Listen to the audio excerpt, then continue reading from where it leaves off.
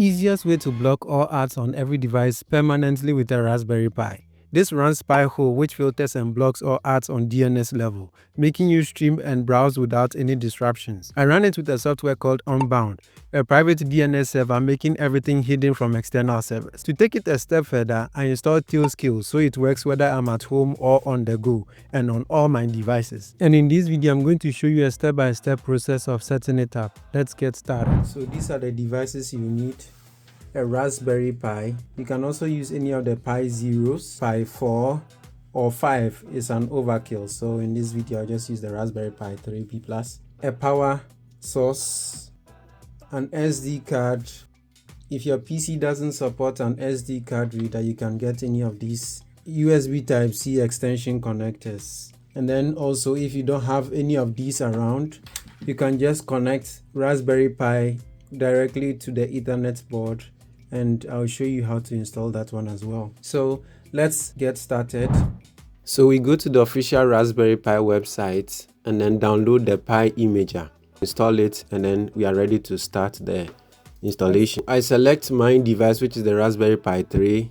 Choosing the operating system, the default is Raspberry Pi OS 64-bit, but I'll select Raspberry Pi Other. Scroll all the way down till I see Raspberry Pi OS Legacy 64-bit Lite. Select that one. Next, then select my SD card, and then next, then choose my host name, which is Pi-hole. Then next, then my localization, my country is Germany, and I select all the information and I leave the keyboard to US layout. Then next, my username Aldo, and then I put in my password, repeat my password, and then next, then my Wi-Fi name is Cowboy Kitty. I put in the password, confirm the password. Next, then I enable SSH. This will allow me to remotely connect to the Pi without connecting it to a monitor, so that I can control it from there. So I tap next, then write the image, then tap on I understand, erase and write. It installs the OS onto the drive. So now we are complete. So I remove the SD card and then insert it into the Raspberry Pi and then power it up.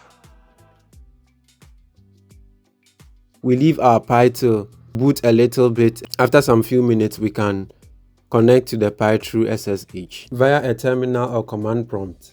SSH and then the username, which is Aldo at pi-hole.local. I put in my password and then I'm able to connect to it. So we start by installing the Pi-hole and we go to the official documentation. Under the installation, we copy this first code and then run it in our terminal. So after completing, it gives us this notification that this installer will transform your device into a network-wide ad blocker. We say OK, donations, we click on OK. This is the most important step of the process. At this stage, I have to create a static IP address to make sure that the IP address you are reserving is that of the Pi. And depending on what internet service provider you have, it might be an app, or you can configure it on your router on either of these IP addresses on the screen. You want to look for settings related to DHCP reservations and IP address reservations. Use the command IPA and then it gives me the MAC address and the IP address. I use Vodafone. So I visit the IP address, tap on settings, then LAN, then scroll all the way down to DHCP, and then in the local DHCP4 server, I will check it. Then tap on the add at the static DHCP home network. Then put in the MAC address and IP address of the Pi. Add. Then apply. Then tap on continue. Then select the first option, ETHO. Then you select any of these third-party upstream DNS providers, and Cloudflare is the most popular. So okay, then select Steven Block's Unified Host List, which is a comprehensive list of domains that provide ads. So we can add it to it. We say yes. We say yes for query login, and then we show everything, which will help us see the domain names and queries that are being queried. So finally, it gives us the Pi-hole as the DNS server. So we look at the IP address and then we can log into the Pi's interface or the IP address provided /admin. And this is the web interface of the Pi-hole. We see the number of domain lists, the total queries, queries blocked, and percentage blocked. But we still see it to be 0. So we go to our DHCP and then we have to configure our start range of IP addresses, put in 192.168.0.1 and then the end as 192.168.0.100. And this is for the number of devices that will be using the network, and 100 is too much, so just leave it this way.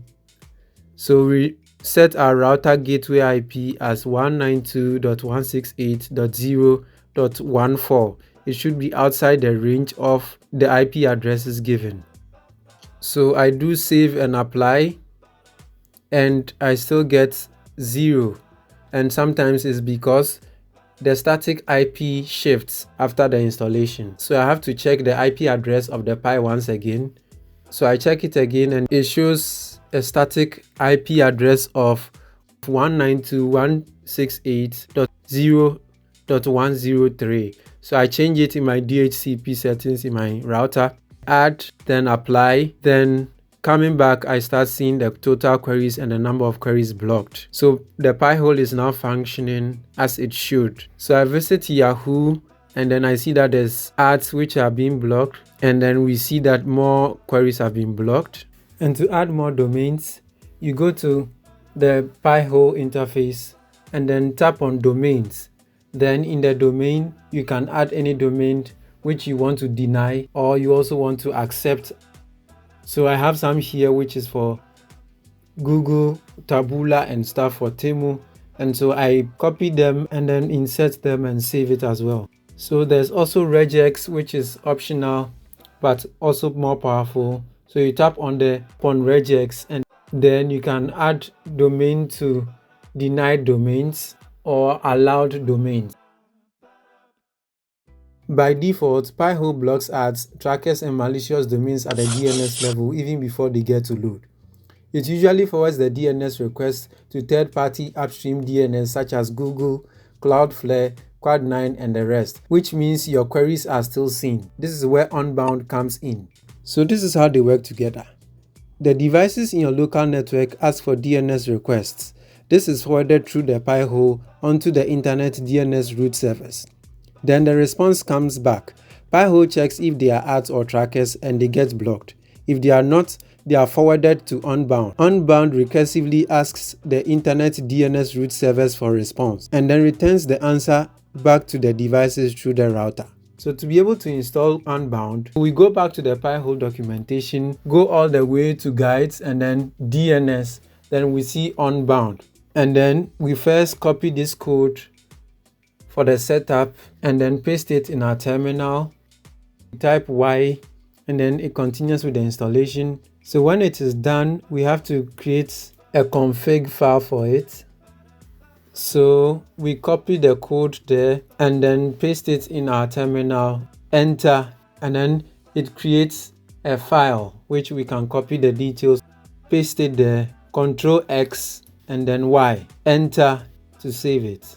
Then we start our local recursive server and test it to see if it is operational. So I copy the first line of code and then it restarts the Unbound, then copy the next line and then run it.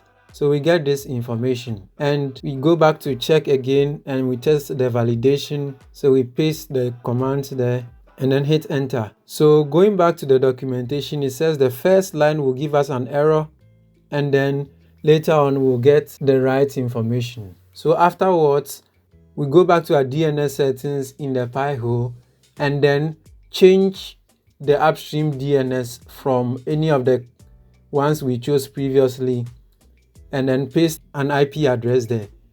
I'll check the IP version 4 for the Cloudflare and then scroll down and then put in the IP address then save and apply. To let the Pi-hole still block ads even when we are not at home, we need to install Tailscale. So we visit their website, tailscale.com, and then we download the Tailscale for the Pi, which is the Linux OS. It gives us a command to copy and then paste it in our terminal. So I do so and then hit enter. Then after it completes, it gives me another command, sudo tailscale app, just to start it up. So I copy it and then paste and run it, and it gives me the option to log in. So I log in with my GitHub and then authenticate the Tailscale, and after that it tells me to connect to the device. So I follow the steps to set it up the first time and then download Tailscale for Windows, which is for my PC.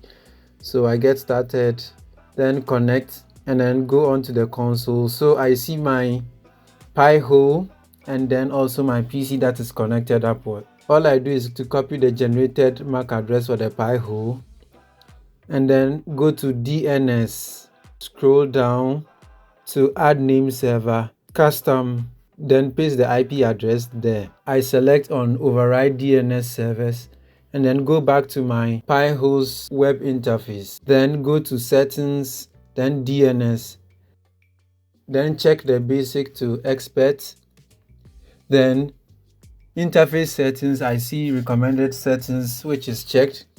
I go down and then select permit all origins. Now it says potentially dangerous options, but that's not the case. Pi-hole is still doing its job underneath, so we just select that one, then save and apply.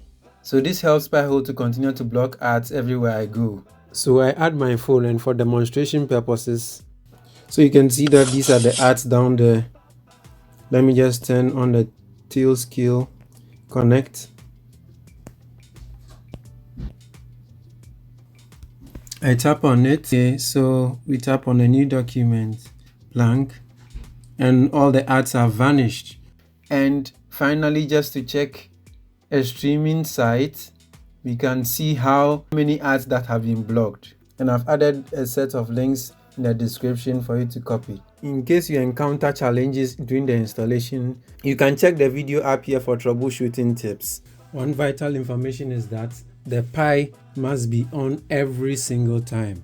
If it's not on, you will not have internet connection. But once I connect it back and it loads, we have internet connection now. Do subscribe to the channel for more information and tech tips such as this. Until the next one, this is the Tech Hub. I'm Aldo. Bye for now.